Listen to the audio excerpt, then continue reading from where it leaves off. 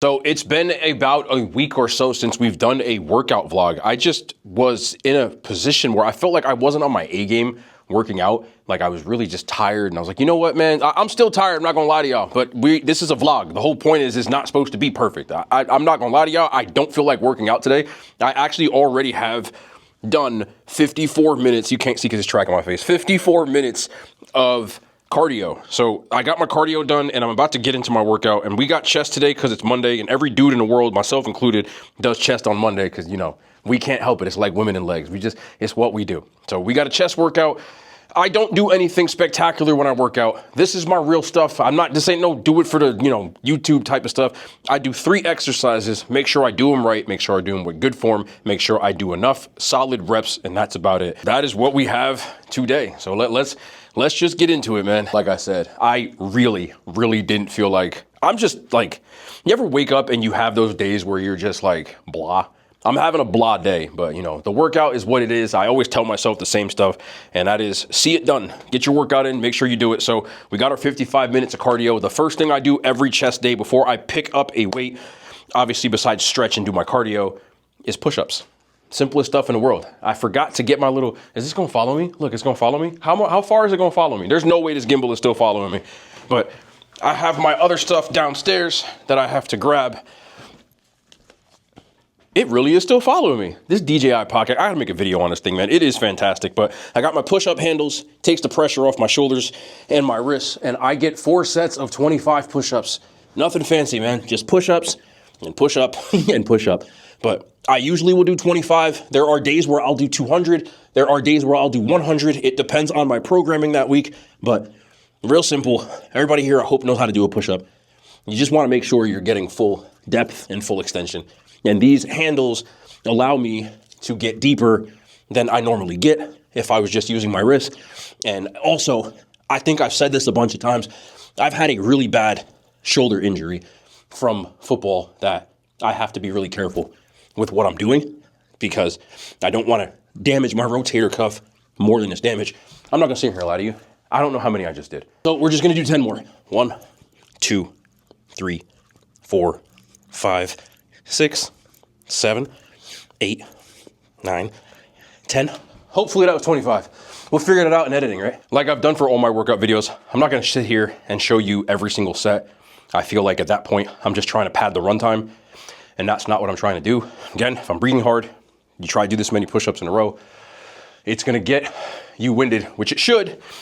Lifting weights should get you slightly winded. If not, you're probably not working hard enough, but I'm gonna do 3 more sets just like that, and then we'll move on to the actual weight portion. Now, because I don't use barbells, I always try to do a functional exercise beforehand because I feel it works better to get like a full exhaustion on a muscle. So my dumbbells only go up to 90. I can, not trying to flex too heavier than that. So I try to do something beforehand to get myself sort of pre-fatigued. It's an old school adage when it comes to lifting weights. It's nothing that necessarily works, but I feel better when I work out that way. So sometimes you have to do what's better for you and not just science, because I'm not trying to be a bodybuilder. So let me get my next 3 sets and we'll move on to the next thing. We got our 4 sets and now we're on to dumbbell bench. I do incline and flat. This week I'm doing incline. I switch them up. There's no rhyme or reason to why I switch them up. Sometimes I just feel like doing one versus the other. I used to do decline a lot, but I've stopped recently. Why? Because this bench doesn't decline.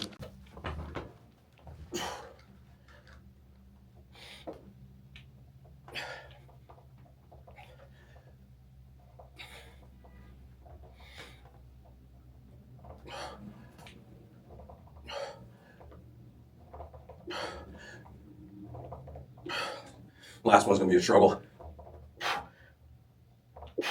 Yep. It should be like that when you're struggling. I flipped my hat around and actually paused the camera to do it because I still have to keep up the whole hat fish charade that I have. I went out to eat yesterday. I went to Eddie V's with a bunch of family, took out the moms for Mother's Day, and no hat. Nobody made fun of me. One day you will get to see the top of my head, but I still think this is still funny as hell. I don't think there's much to show anyway at this point because I always keep my hair super low.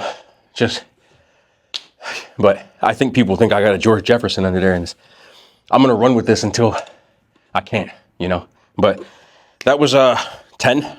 I'm going to do another 3 sets the same, and then we will move on to flies. Like I said, there's nothing incredibly fancy about any of this. I don't think you have to do all these crazy fancy workouts. Make sure you're getting the right amount of rest, sets, reps. Make sure you're getting the prescribed amount of cardio, and make sure your diet's on point. That's why they call these repetitions, man, because you're doing the same thing over and over again. So why people always like, do more workout videos. There's nothing to show.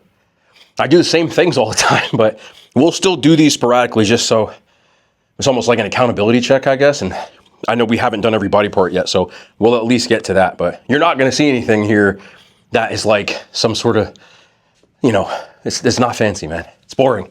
I've been doing the same stuff for like a decade, but that's the work, man. Repetition, repetition, repetition. Now we got our 4 sets into that. On to our third and final exercise. Again, nothing too fancy, nothing too insane. Just making sure you get the reps, making sure you get proper fatigue and everything else. So we got flies. I'm doing incline flies as well. Sometimes I'll do flat the same way. It's like I said in the last one, I used to decline, but I don't anymore. Isn't this fun, guys? Again, same exercises for the last decade, but you just want to make sure we're controlling the rep, and that's the most important thing. You know, recently, I'm looking for 10 to 12. Recently, there's been this growing number of people who actually stopped doing pressing exercises on chest days. They almost switched exclusively to flies.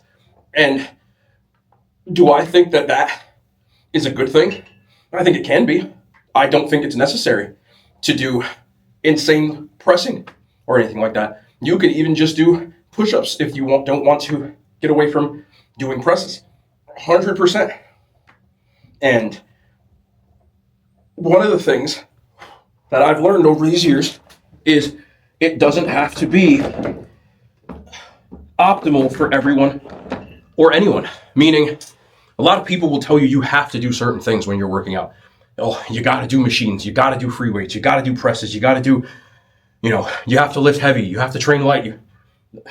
I don't think that that's as important as the number one thing. And the number one thing you'll constantly hear me saying with anything, but especially with fitness, is consistency. Whatever you're doing, commit to doing that and do it consistently, and you'll be fine. So I know people who are in great shape, who have great muscle mass, and they don't touch weights, push-ups, pull-ups, dips. So it's not necessary. You do not have to do pressing exercises to have a developed chest.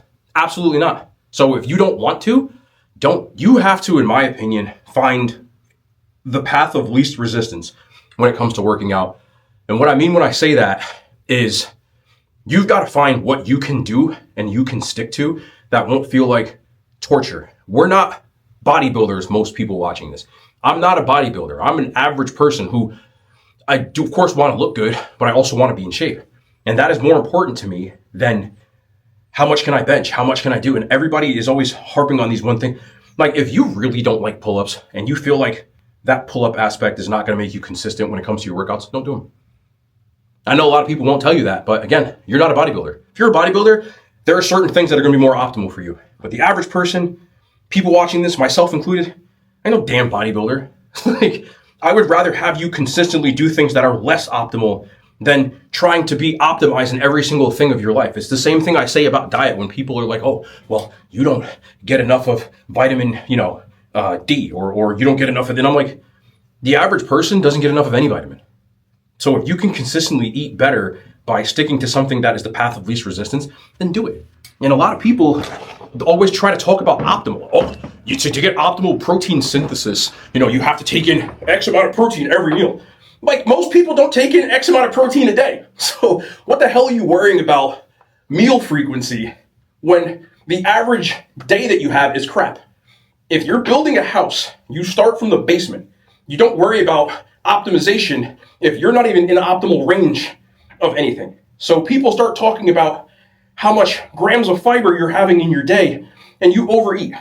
So if I had optimal amount of fiber in a day and I was overeating by 3,000 calories, I think I should be worried about the fact that I'm overeating more than anything. And that's what I've tried to live by, is the path of least resistance, because I am not a bodybuilder. If I was trying to get stage lean, I wouldn't be doing that.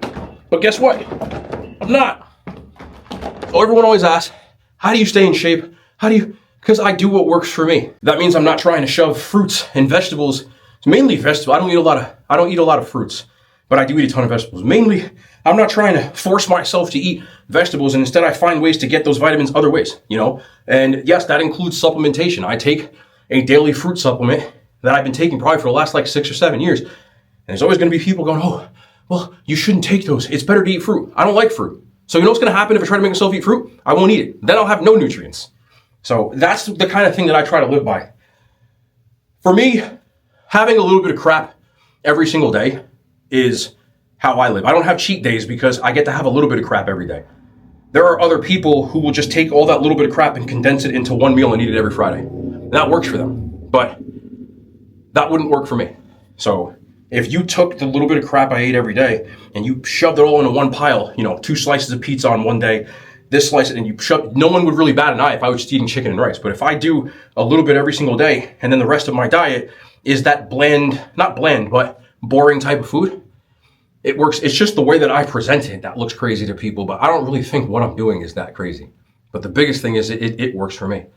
It stops me from overeating because I know that every day I get to have something, you know, even if it's 2 Cheetos or 5 Cheetos or, you know, a cookie, because if you see my crumble video and I had 6 cookies, I bit each of them once.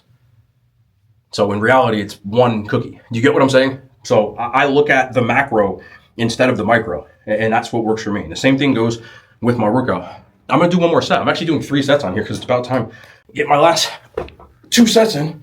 So we'll get each of these. Normally I turn the camera off and just get it in this way, but I've been doing about 60 to 90 seconds of rest in between here because this isn't super heavy for me. So I'm more focusing on the interval, the time in between each set. So if I took longer time here, these sets wouldn't be as difficult. But with chest, I go for a little shorter rest because I can't go super heavy. So whatever I can do cleanly, you can see my reps are going to start getting dirty in a second. So this is my last one. And that's what I'm looking for, is when that rep starts to feel like, okay, it's getting on you. If I had a spotter, I would go a little heavier on those, and then I'd be able to maybe get 1 or 2 more reps forced with help. But if I'm doing these by myself, which I don't have a spotter 90% of the time, you don't want to have that heavy ass weight over your head, because then you can have an accident. So that's why I don't really train heavy. But that's going to be 1 more set here, and then we'll wrap this up. So that was the workout there. What was the total time?